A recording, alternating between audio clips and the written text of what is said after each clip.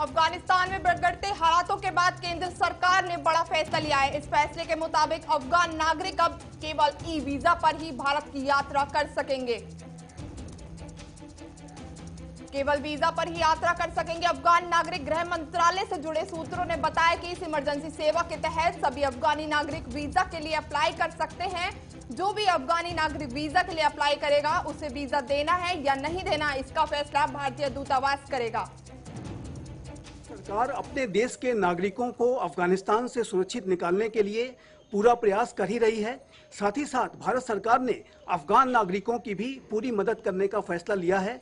भारत सरकार ने ये फैसला लिया है कि ऐसे सभी अफगान नागरिक जो कि भारत आना चाहते हैं उन्हें अब भारत सरकार ई वीजा की सुविधा उपलब्ध कराएगी ताकि उन्हें जल्द से जल्द भारत लाया जा सके।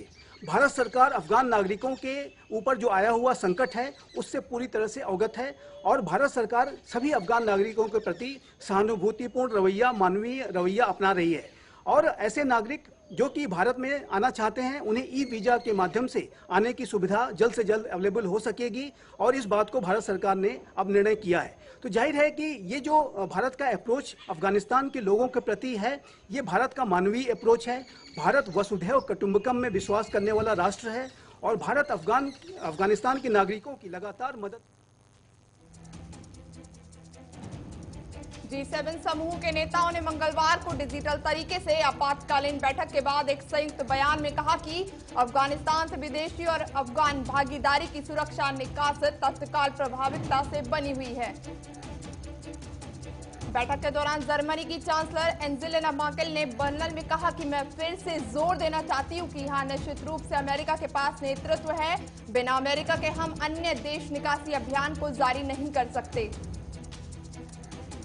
वहीं कनाडा के प्रधानमंत्री जस्टिन ट्रूडो ने कहा कि अफगानिस्तान की ऐसी स्थिति हमारी कमिटमेंट समाप्त नहीं होती है। हम तालिबान पर लोगों को देश छोड़ने की सीमा समय को बढ़ाने के लिए दबाव डालना जारी रखेंगे। G7 देशों की आपातकालीन बैठक में ब्रिटेन, फ्रांस और जर्मनी के बार-बार जोर देने के बाद भी अमेरिका के प्रेसिडेंट जो बाइडेन ने यह स्वीकार नहीं किया कि वो 31 अगस्त के बाद अफगानिस्तान के काबुल एयरपोर्ट पर अपनी फौज को तैनात रखेंगे। हालांकि ये बात तय हुई कि हम तालिबान को उसकी कथनी पर नहीं उसकी करनी पर आंकेंगे और अगर उसने अपने कहे अनुसार बच्चों के, महिलाओं के, माइनॉरिटीज के अधिकारों को सुरक्षित रखा, उनका उत्पीड़न नहीं किया तो हम उसे मान्यता देंगे। अब ये किस मान्यता की बात कर रहे हैं? कल्पना कीजिए, यहाँ पे 2 पॉइंट हैं। पहला पॉइंट तो पंचशील का है। पंचशील के अंदर युद्ध चल रहा है, भीषण युद्ध चल रहा है। वहाँ के 9000 लड़ाके अब करीब 20,000 हो चुके हैं क्योंकि अफगान फोर्सेस के वो सिपाही जिन्होंने सरेंडर किया था। पाकिस्तान के नेता नीलम इमरान शेख ने कहा कि तालिबान पाकिस्तान के साथ है। तालिबान कश्मीर जीतकर पाकिस्तान को सौंप देगा।